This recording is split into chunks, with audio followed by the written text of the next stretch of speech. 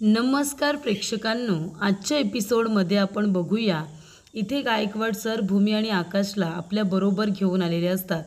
तेव्हा इथे कुणाची तरी डेड बॉडी असते, पण तिचं जे काही आता वर्णन असतं ते रागिणीबरोबर मॅच होत असतं. त्याच्यामुळे गायकवाड सर म्हणतात की आकाश आणि भूमी तुम्ही दोघेजणं या आणि ती डेड बॉडी बघा, तुमच्या आत्याची आहे का, शहानिशा करा. तेव्हा इथे आकाश आणि भूमी दोघेजणं डेड बॉडी बघायला आलेले असतात. तेव्हा गायकवाड सर म्हणतात की चेहऱ्यावरची चादर बाजूला करा. तेव्हा इथे हवालदार चेहऱ्यावरची चादरसुद्धा बाजूला करतात. तेव्हा इथे आकाश आणि भूमीच्या जीवात जीव येतो, कारण ती डेड बॉडी रागिणीची नसते. तेव्हा आकाश म्हणतो, नाही गायकवाड सर, ही डेड बॉडी आमच्या आत्याची नाही आहे. तेव्हा इथे आता डेड बॉडी रागिणीची नसल्यामुळे लगेचच आकाश आता बाहेर निघून जातो, कारण त्याला बघवत नसतं एका क्षणासाठी का होईना, पण त्याला असं वाटतं कदाचित ही रागिणी तर नाही आहे ना. त्यानंतर प्रेक्षकांनो आकाश बाहेर आलेला असतो. भूमीसुद्धा त्याच्या मागे मागे येते.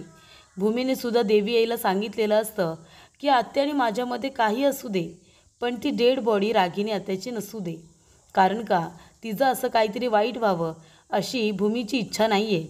तेव्हा इथे आता भूमी म्हणत असते, आकाश शांत हो, ती डेड बॉडी आत्यांची नाही आहे. तेव्हा आकाश म्हणत असतो, भूमी मला आत्याची खूप काळजी वाटते गं, म्हणजे माझ्या मनामध्ये आता नको नको ते विचार येत आहेत. आत्या ठीक तर असेल ना, तिला काही झालं तर नसेल ना, असे असंख्य प्रश्न त्याच्या मनामध्ये आलेले असतात. मला आता आत्याची भीती वाटते, म्हणजे ती कामानिमित्त कुठे गेली असेल आणि अचानकपणे तिला तिथे चक्कर आली असेल तर, आणि तिला योग्य वेळी तिथे मदत मिळाली नसेल तर, म्हणजे बघ ना, काही घडू शकतं, हल्ली काहीही होऊ शकतं. तेव्हा इथे आकाश म्हणत असतो की भूमी मी खरं सांगतोय, आत्याचं असं काही व्हावं असं मला नाही वाटत गं. तेव्हा भूमी म्हणते, आकाश माझं आणि आत्यांचं काही असू दे, आमच्या दोघींमध्ये जरी वैर असलं ना, तरीसुद्धा आत्यांचं असं काहीतरी वाईट व्हायला हवं असं मला तरी नाही वाटत. तेव्हा आकाश म्हणतो, हो मला माहिती आहे तुला असं अजिबात वाटणार नाही आहे, पण आता आत्याला शोधून काढायला हवं. नक्की ती कुठे असेल, ती कुठल्या प्रॉब्लेममध्ये तर नाही आहे ना, असं इकडे आता आकाश म्हणत असतो. तेवढ्यातच इथे रागिणी धावत पळत असते. काही लोक तिच्या मागावरती असतात, तिला किडनॅप करतात, गाडीमध्ये कोंबतात आणि तिला घेऊन जातात. काही लोक तिथे असतात, ते हे सगळं बघून आता आश्चर्य झालेले असतात. कोण आहे ती माणसं आणि रागिणीच्या डोक्यामध्ये का बरं त्यांनी काली पिशवी घातली, का बरं तिला गाडीमध्ये कोंबलं, कुठे घेऊन जात असतील, असे असंख्य प्रश्न आता लोकांच्या मनात आलेले असतात. पण तिथे कुणीही तिची मदत करायला येत नाही. ते लोक तिला पकडतात, गाडीमध्ये कोंबून तिला आपल्याबरोबर घेऊन जातात. आजूबाजूला दोन मुलं असतात, ती फक्त आता इथे आरडाओरडा करत असतात की कोण आहे कोण आहे, हे लोक कुणाला किडनॅप करून नेलं, अशी ती दोन माणसं तिथे असतात. त्यानंतर प्रेक्षकांनो यशपालसुद्धा असतो. यशपाल आता म्हणत असतो की ही बाई कुठे गेली असेल, कुठे शोधायचं हिला, म्हणजे मला तर ही खतरनाक बाई वाटते. हिच्याकडे आता मी पैशांचा हप्ता मागितला होता, तिने आता तो माल सगळा जो चोरी केला होता तो माल तिने परस्पर विकून मोठा हप्ता तर घेतलेला नाही आहे ना, असे असंख्य प्रश्न आता त्याच्या मनात आलेले असतात. आणि तो सारखा सारखा रागिणीचा फोन ट्राय करत असतो, पण रागिणीचा फोन काही लागायला तयार नसतो. तेव्हा इथे यशपाल म्हणत असतो की काय झालं असेल, कुठे गेली असेल ही बाई, नक्की काही गडबड तर नाही आहे ना, हिला खूप जास्त पैसे मिळाले असतील, खूप मोठा गल्ला हिने मारला असेल आणि पळून तर गेली नसेल ना. तेवढ्यातच इथे प्रेक्षकांनो पौर्णिमा येते. पौर्णिमा आल्यानंतर ती म्हणत असते की यशपाल काका, आई कुठे गेले असतील हो, म्हणजे मला तर आठवत पण नाही आहे की आई अशा न सांगता कुठेतरी गेल्या असतील, म्हणजे निदान कुणाला नाही तरी मलासुद्धा तरी त्या सांगून गेल्याच असत्या की नक्की त्या कुठे जात आहेत म्हणून. आता किती उशीर झाला, 2 दिवस झाले आईंचा काही पत्ता नाही आहे, कुठे गेल्या असतील ना त्या, मला तर खूप जास्त काळजी वाटते. त्या तुम्हाला काही सांगून गेल्या का, तुमच्याशी काही बोलणं झालं का, तुम्हाला काही माहिती असेल तर मला नक्की सांगा. या घरामध्ये फक्त आईच अशा आहेत ज्यांचा मला आधार आहे, बाकी कुणीही माझं नाही आहे, सगळेजण माझ्या विरोधात असतात, फक्त आई एकमेव अशा आहेत ज्या माझ्या बाजूने असतात. तेव्हा इकडे आता यशपाल म्हणतो, अगं हो हो, मला पण बोलू देशील की नाही, एकटीच कधीपासून बोलतेस, हे बघ मला पण माहिती नाही आहे रागिणीताई कुठे आहे ते, मी पण फोन करतो आहे पण ती फोनच उचलत नाही आहे. तेव्हा इकडे आता कुठे बरं आई असतील असं म्हणाल्यानंतर मानसी तिथे येते आणि म्हणत असते की आकाशजी जो आणि ताई दोघेजणं गेलेत ना आईंना शोधायला, ते दोघेजणं कालपासून त्यांचा शोध घेण्याचा प्रयत्न करतायत. जिथे कुठे आई असतील ना त्या सापडतील. तेव्हा इथे पौर्णिमा म्हणत असते, तू तर त्या भूमी आणि आकाशबद्दल काही बोलूच नकोस गं मनू. तुला माहिती आहे चांगलंच ते दोघेजण आईंचा किती राग करतात. आकाशला जाऊ दे, पण ती भूमी आईंचा किती राग करते हे काय मला माहिती नाही आहे का? मला तर वाटतंय आईंच्या गायब होण्यामागे या भूमीचा तर हात नाही आहे ना. म्हणजे तिच्या नवऱ्याने आकाशने माझ्या नवऱ्याला अभिजितला मारलं. आता भूमीचा डोळा त्या रागिनी आईंवरती आहे. म्हणजे एकदा का आईंचा काटा काढला की मग मी या घरामध्ये एकटी ना. मग तुम्ही सगळेजण माझ्या विरोधामध्ये इथे कट कारस्थानं कराल. मला एकटीला टाकून द्याल तुम्ही एखाद्या कोपऱ्यामध्ये. कळलं ना तुम्हाला? हा तुमचाच प्लॅन असणार आहे. तेव्हा इथे भूमीबद्दल तर तू काही बोलूच नकोस. तेव्हा यशपाल म्हणत असतो, याचा अर्थ या पौर्णिमाला असं वाटतंय की त्या आकाशने हिच्या नवऱ्याला मारले आणि भूमी रागिनीला मारू शकते. तेव्हा यशपाल म्हणतो, जर या रागिनीने मला माझे पैसे दिले नाही ना, पैसे द्यायला लागत आहेत म्हणून जर नाटक केलं असेल ना, तर मी तिला सोडणार नाही आहे. मी तिला बरोबर धडा शिकवणार आहे. मी अजिबात तिला सोडणार नाही. हा व्हिडिओ सगळ्यांना दाखवेन आणि काय खरं काय खोटं ते सुद्धा सांगेन. तेव्हा इथे पौर्णिमा म्हणत असते की भूमीने हे सगळं केलं असेल, तू नको सांगू मला. तेव्हा मनू म्हणत असते, काय गं पौर्णिमा, बोलताना तुझ्या जिभेला हाड नाही आहे का गं? बोलताना तुझी जीभ कशी झडत नाही? ताईवरती आरोप करतेस. ताई कधीही कुणाचं असं वाईट चिंतू शकत नाही. कळतंय का तुला? ताईबद्दल एक शब्दसुद्धा वाईट बोलू नकोस. तर इकडे मनू आता आपल्या भूमीताईची बाजू घेत असते. तर प्रेक्षकांनो, इथे आता आकाश आणि भूमी दोघेजण गायकवाड सरांबरोबर इथे आता रागिनीचा शोध घेत असतात. ज्या वेळेला इथे आता गायकवाड सर म्हणतात की आम्हाला एका डेड बॉडीचा पत्ता मिळालेला आहे, त्या डेड बॉडीचं वर्णन तुमच्या आत्यांबरोबर मॅच होतं आहे. तेव्हा इथे रागिनी आता कुठे असं विचारल्यानंतर मनू जाते आणि सगळीकडे रागिनीला बघत असते. पण रागिनीचा पत्ता कुठेही नसतो. रागिनी कुणालाही सापडत नाही. हे सगळं आकाशला आठवत असतं. मग रागिनी गेली तरी कुठे असेल? तेव्हा भूमी म्हणते, आकाश शांत हो, जास्त विचार करू नकोस. आत्यांचा आपल्याला लवकरात लवकर पत्ता मिळेल. तेव्हा इथे प्रेक्षकांनो, आता गायकवाड सरसुद्धा इथे आकाश आणि भूमीसाठी रागिनीचा खूपच जास्त शोध घेत असतात. भूमीसुद्धा म्हणत असते की अचानकपणे कुठे बरं गेले असतील ना आत्या, म्हणजे एव्हा त्या मिळायला हव्या होत्या. तेव्हा इथे भूमी म्हणत असते, आकाश अरे इथे थांबूया का?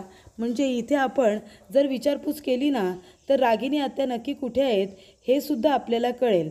तेव्हा इकडे भूमी म्हणत असते, आकाश अरे पण अचानकपणे असं काय घडलं असेल? म्हणजे बघ ना, जेव्हापासून आपला माल गायब झाला आहे तेव्हापासूनच आत्या इथे आता गायब झालेल्या आहेत.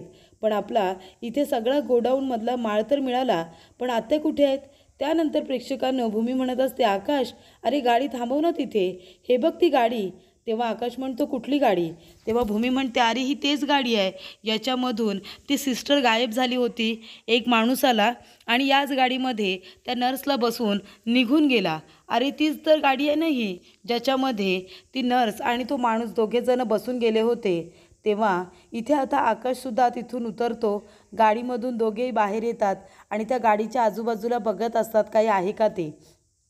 तेव्हा इथे भूमी म्हणत असते, आकाश ही तीच गाडी आहे. अरे ते लोक इथे कुठे आजूबाजूला असतील का? म्हणून भूमी आणि आकाश त्या नर्सला आणि तिच्या नवऱ्याला आता शोधत असतात. तेव्हा इथे भूमी आता बाजूला उभी राहते आणि बघत असते की नक्की या गाडीजवळ आता कोण जाणार आहे ते. तेव्हा एक माणूस येतो, गाडीचा दरवाजा उघडून आता गाडीमध्ये बसणारच असतो. तेवढ्यातच भूमी जाते आणि त्यांना विचारपूस करते. ती म्हणत असते की दादा कोण आहात तुम्ही? ही गाडी काल आम्ही बघितली होती. तुमच्या गाडीतून तुम्ही कुणाला तरी काल घेऊन गेलात ना, एका नर्सला? तेव्हा ते दादा म्हणतात, नाही हो, काल गाडी माझ्याकडे नव्हतीच. तेव्हा इथे आकाश म्हणतोय, सांग कोण आहेस तू? त्या नर्सला काल का घेऊन गेलास ते सांग. तेव्हा तो म्हणतो, अहो काय बोलताय तुम्ही? तुम्हाला तरी कळतंय का? ही गाडी नक्की माझी आहे, पण ही गाडी कालपासून चोरी झाली होती. आज माझी गाडी मला मिळाली आहे, म्हणून तर मी माझ्या गाडीचे सगळे कागदपत्र वगैरे दाखवून माझी गाडी घेऊन जातोय ना. तुमचा विश्वास नसेल ना तर यांना विचारा, या हवालदारांना विचारा तुम्ही, मी काल माझ्या गाडीची कंप्लेंट नोंदवायला आलो होतो की नाही. मी गाडी माझी लावून ठेवली होती, चावी वगैरे गाडीतच होती. काम होतं म्हणून गाडीतून उतरलं तर कोणीतरी माझी गाडी गायब करून घेऊन गेले आणि मग माझी गाडी दिवसभर सापडलीच नाही. आता इथे मला माझी गाडी सापडली, तेव्हा मी आलो आणि मी आता कागदपत्र दाखवून माझी गाडी माझ्याबरोबर घेऊनसुद्धा जातो आहे, विचारा हवं तर. तेव्हा इथे आता हवालदार साहेबसुद्धा म्हणतात की हो अगदी बरोबर आहे, हे आले होते गाडीची तक्रार नोंदवायला आणि यांना आता कळलं आहे की त्यांची गाडी सापडले म्हणून ते घ्यायला आलेत, हे बोलतायत ते खरं आहे. तेव्हा इथे आकाश म्हणतो नक्की खरं बोलतोयस ना तू? तेव्हा तो माणूस म्हणतो हो नक्की खरं बोलतोय, मी खोटं का बोलेन? तेव्हा इथे भूमीला आश्चर्य वाटत असतं की हे सगळं कसं होऊ शकतं, म्हणजे काल ती नर्स याच तर गाडीतून बसून गेली होती ना. मग इथे आता भूमीला प्रश्न पडलेले असतात की मग या गाडीमधून ती नर्स कशी काय गेली. त्यानंतर प्रेक्षकांनो इथे आता आकाश म्हणत असतो की भूमी अगं ती नर्स कुठे गेली असेल मग, आणि मग ह्या गाडीमधून ते लोक गेले, गाडी ठेवून कुठल्या ठिकाणी गेले असतील. तेव्हा इथे आता आकाशसुद्धा टेन्शनमध्ये असतो, भूमीसुद्धा टेन्शनमध्ये असते. इथे त्या माणसाने नक्की काय घडलं होतं हे सगळं सांगितलेलं असतं. तेव्हा हवालदार सरसुद्धा म्हणतात की नाही ते बोलतायत ते बरोबर आहे, याचा अर्थ ती गाडी त्या माणसाचीच आहे, पण त्याच्यामध्ये तो माणूस जो असतो तो असतो त्या नर्सचा नवरा. तिचा नवरा ती गाडी घेऊन येतो, नर्सला त्याच्यामध्ये बसायला सांगतो आणि आपल्याबरोबर घेऊन जातो, हो की नाही. तेव्हा इथे आकाश म्हणतो की हे बघा सॉरी आम्हाला माफ करा, पण आहे ना या गाडीमधून काल एक नर्स आणि तिचा नवरा दोघेजणं गेले आणि त्यांच्याशी आमचा काहीतरी संबंध आहे, म्हणजे ते लोक खूपच जास्त वाईट आहेत, त्यांनी आम्हाला खूप त्रास दिला आहे, आम्हाला वाटलं की त्यांचीच ही गाडी आहे की काय. तेव्हा इथे आकाश आणि भूमी त्यांना सॉरी म्हणतात, कारण त्यांची कॉलर पकडलेली असते आकाशने. तेव्हा इथे तो माणूस म्हणतो बरं ठीक आहे काही हरकत नाही, इट्स ओके, असं म्हणून तो तिथून निघून जातो. तेव्हा गायकवाड सरांचा आकाशला फोन आलेला असतो. गायकवाड सर म्हणतात की आकाश सर, म्हणजे ज्या ठिकाणी रागिनी मॅडम शेवटच्या होत्या त्या ठिकाणचं आम्हाला आता लोकेशन त्यांचं सापडलेलं आहे, मोबाईलचं लोकेशन. तेव्हा आम्ही आता त्या ठिकाणी जातो आहे, तुम्हीसुद्धा आमच्याबरोबर चला. तेव्हा इथे आकाश आता गायकवाड सरांबरोबर भूमीला घेऊन त्या ठिकाणी जात असतो ज्या मार्केटमध्ये रागिनीला किडनॅप करण्यात आलेलं असतं. त्याचबरोबर इथे एक माणूस कुरिअर घेऊन आलेला असतो. तेव्हा जे ते कुरिअर असतं ना ते एक लेटर असतं, लेटर घेऊन आलेला असतो आणि तो म्हणतो की पौर्णिमा मॅडम हे त्यांचं लेटर आहे, कॉन्फिडेन्शियल आहे, त्याच्यामुळे त्यांच्याच हातामध्ये देण्यात येईल. तेव्हा मनू म्हणते हो का. मनू आता मनामध्ये विचार करते की इथे आई गायब आहेत आणि ह्या पौर्णिमाला कोण बरं इथे कॉन्फिडेन्शियल लेटर पाठवून देईल, बरोबर की नाही. तेव्हा इथे ती नर्स आणि तिचा नवरा दोघेही जण आलेले असतात. तेव्हा प्रेक्षकांनो इथे तिचा नवरा म्हणत असतो अगं पण त्या कुरिअरवाल्याला तू सांगितलेस ना की पौर्णिमा कशी दिसते ते, म्हणजे त्या पौर्णिमेच्या गळ्यामध्ये मंगळसूत्र नाही आहे आणि साड्यासुद्धा अशा साध्या साध्या पेंटते, हे तू सांगितलेस ना. तेव्हा ती नर्स म्हणते हो सांगितलं आहे, तुम्ही कशाला एवढं टेन्शन घेताय, मी व्यवस्थित सगळं काही समजावून सांगितलं आहे त्याला की तिचा नवरा नाही आहे, तिच्या गळ्यामध्ये हातामध्ये काही नसतं, फक्त व्हाईट अशी साडी नेसते, सगळं मी सांगितलं आहे, तुम्ही अजिबात काळजी करू नका. तेव्हा इथे नर्स म्हणत असते फक्त ते लेटर बरोबर त्या पौर्णिमाच्या हातात गेलं पाहिजे, म्हणजे नक्की आपण त्या रागिनी मॅडमने इतके दिवस शोधतोय त्या काही आपल्याला सापडत नाही आहेत. मग आता आपल्याला जे काही सांगायचं आहे ते त्या पौर्णिमाला सांगावं लागेल ना, कारण ज्या वेळेला आपण त्या बाळाबरोबर हे प्रकार केलेले असतात, त्या बाळाला चोरलेलं असतं, त्यावेळेला ती पौर्णिमासुद्धा आपल्याबरोबरच होती आपली साथ द्यायला. मग आता आपल्याला जे काही बोलायचं आहे ते पौर्णिमाजवळच बोलावं लागणार आहे. तेव्हा आता रागिनी मॅडमचा फोन काही लागत नाही आहे, रागिनी मॅडम आपल्याला पैसे काही देत नाही आहेत, मग आता आपल्याला त्या पौर्णिमाला तरी ते लेटर द्यावंच लागेल आणि आपलं म्हणणं त्यांच्यापर्यंत पोचवावं लागेलच ना. तेव्हा इथे म्हणत असते की मीच आहे पौर्णिमा, द्या बरं तुम्ही ते लेटर माझ्याकडे. तेव्हा इथे आता ते कुरिअरवाले म्हणत असतात तुम्ही पौर्णिमा कसे काय असू शकता, तुमच्या गळ्यामध्ये तर मंगळसूत्र आहे. तेव्हा मनू म्हणते आहो पण तुम्ही तर पहिल्यांदाच आलात ना, मग तुम्हाला कसं काय कळलं की पौर्णिमाच्या गळ्यामध्ये मंगळसूत्र आहे की नाही, मीच पौर्णिमा आहे, ते लेटर द्या माझ्याकडे. आणि इतकं काही कॉन्फिडेन्शियल लेटर आहे जे मी घेऊ शकत नाही. तेव्हा इकडे आता पौर्णिमा आलेली असते. तेव्हा कुरिअरवाला म्हणतो की पौर्णिमा मॅडम अहो तुमचं लेटर आलं आहे, कॉन्फिडेन्शियल आहे हां, पण ह्या मॅडम आहेत ना त्यांचं नाव पौर्णिमा सांगून हे लेटर माझ्याकडून मागून घेत होत्या. तेव्हा पौर्णिमा ते लेटर घेते आणि सही करते आणि तो तिथून माणूस गेल्यानंतर पौर्णिमा म्हणत असते काय गे हे मनू काय केलंस तू हे मानसी, म्हणजे आता पौर्णिमा सांगून तू माझं लेटरसुद्धा घेत होशील का, दुसऱ्यांचं लेटर असं वाचायचं नसतं, हे साधे मॅनर्स नाही आहेत का तुझ्याकडे. तेव्हा मनू म्हणत असते नाही गं माझ्यामध्ये बरेचसे मॅनर्स आहेत, पण कसं आहे ना, ते व्यक्तीवरती डिपेंड करतं ना. आता तुझ्यावरती ना माझा अजिबात विश्वास नाही आहे. त्याच्यामुळे आता ते मॅनर्स तुझ्याजवळ मी वापरावे असं मला नाही वाटत. तुझ्या जागी दुसरं कोणी असतं ना, त्या लेटरमध्ये मी जरासुद्धा इतकंसुद्धा मी इंटरफेअर केलं नसतं. पण हे लेटर तुझ्यासाठी आलं आहे, त्यात कॉन्फिडेन्शियल. मग आता मला तर तुझ्यावरती संशय येणारच ना. आई नाही आहे 2 दिवस आणि त्याच्यामध्ये तुला हे असं लेटर येणं, काहीतरी गडबड असू शकते. आईंनी तुला तर हे लेटर पाठवलेलं नाही आहे ना. बघ बरं, बघ त्याच्यामध्ये काय आहे. तेव्हा पौर्णिमा म्हणते, हे बघ, तू जास्त शहाणपणा करू नको. जे काही असेल ना ते मी बघेन. त्यानंतर इथे गायकवाड सर, भूमी, आकाश आणि गायकवाड सरांची टीम त्या मार्केटमध्ये आलेली असते, ज्या ठिकाणी रागिणीचा मोबाईल स्विच ऑफ झालेला असतो. शेवटचं लोकेशन जे सापडलेलं असतं, ज्याच्यामध्ये ट्रेस करण्यात आलेलं असतं, ते शेवटचं लोकेशन म्हणजे ते मार्केटच असतं. आणि हा प्रेक्षकांनो सगळ्यात महत्त्वाचं म्हणजे रागिणीचा प्लॅनच असतो. रागिणीने हा सगळा प्लॅन केलेला असतो. कारण का, आता गोडाऊनमधून माल कसा गायब झाला याच्यामध्ये आता भूमीला आणि आकाशला संशय आलेला असतो. पण त्यांचं संशय आता सत्यात बदलू नये म्हणून तिने हे सगळं नाटक केलेलं असतं. म्हणजे कुणीतरी तिला किडनॅप केलं आहे, मग आकाश टेन्शनमध्ये येणार आणि मग गोडाऊनमधून माल जो काही गायब झाला आहे त्याच्याकडे दुर्लक्ष करून रागिणीला शोधण्यामध्ये, तिला महत्त्व देण्यामध्ये त्यांचा वेळ वाया जाणार. यासाठी हा रागिणीने सगळा प्लॅन केलेला असतो. तेव्हा इथे जो माणूस असतो, जो तो मुलगा, त्याने पैसे घेऊन हे काम केलेलं असतं, तो इथे केळ्यांच्या गाडीवरती उभा असतो. तो आकाशकडे बघत असतो आणि घाबरत असतो. तेव्हा आकाश आता त्याला विचारायला जाणार असतो की तुम्ही रागिणीला बघितलं का. तेव्हा भूमी म्हणते की आकाश, ही बांगडी बघ ना, ही बांगडी ओळखीची वाटते ना. तेव्हा आकाश म्हणतो, भूमी अगं ही बांगडी आत्याची आहे ना. भूमी म्हणते, हो ना, अरे आत्यांची बांगडी आहे, इथे कशी पडली. मला असं वाटतंय की आत्यांना ज्या माणसांनी किडनॅप केलं असेल ना, तेव्हा इथे हातापायीमध्ये ही बांगडी आत्यांची खाली पडली असेल. तेव्हा इथे गायकवाड सरसुद्धा बघतात आणि म्हणतात की बरोबर बोलताय तुम्ही. इथे गुंड आणि त्यांच्यामध्ये आता मारामारी वगैरे झाली असेल ना, त्याच्यामध्ये ही बांगडी खाली पडली असेल. त्यानंतर इथे जो मुलगा असतो तो आता आकाशकडे बघत असतो. आपल्या इथे केळी विकायला उभा असतो, त्या केळ्यांकडे बघत असतो.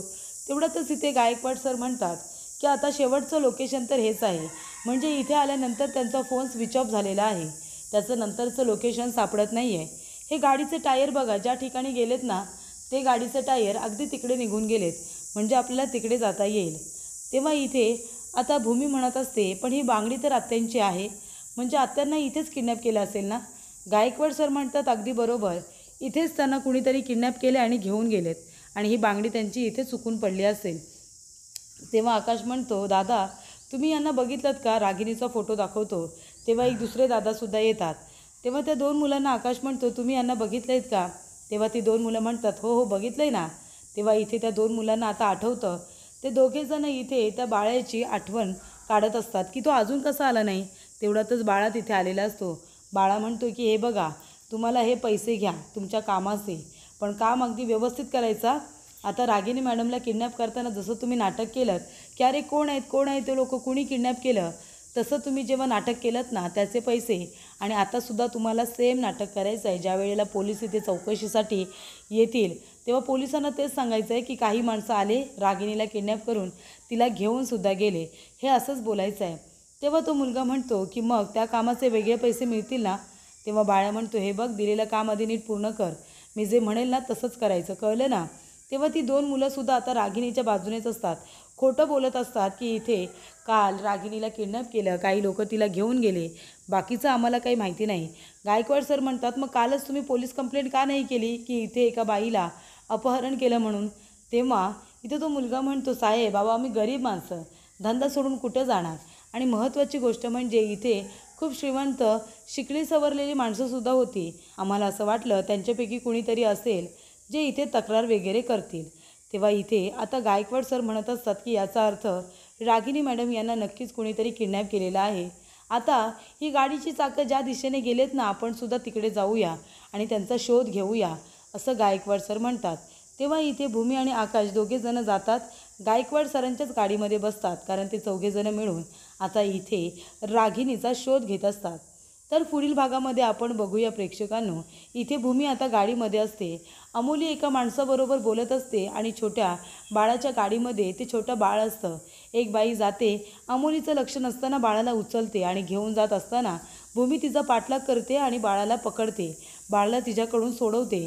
तेव्हा इथे अमोलीला असं वाटतं की भूमी बाळाला घेऊन पळून जात होती. तेव्हा इथे अमोली भूमीच्या कानाखाली देणार तेवढ्यातच आकाश तिथे येतो आणि अमोलीचा हात पकडतो भूमीच्या कानाखाली.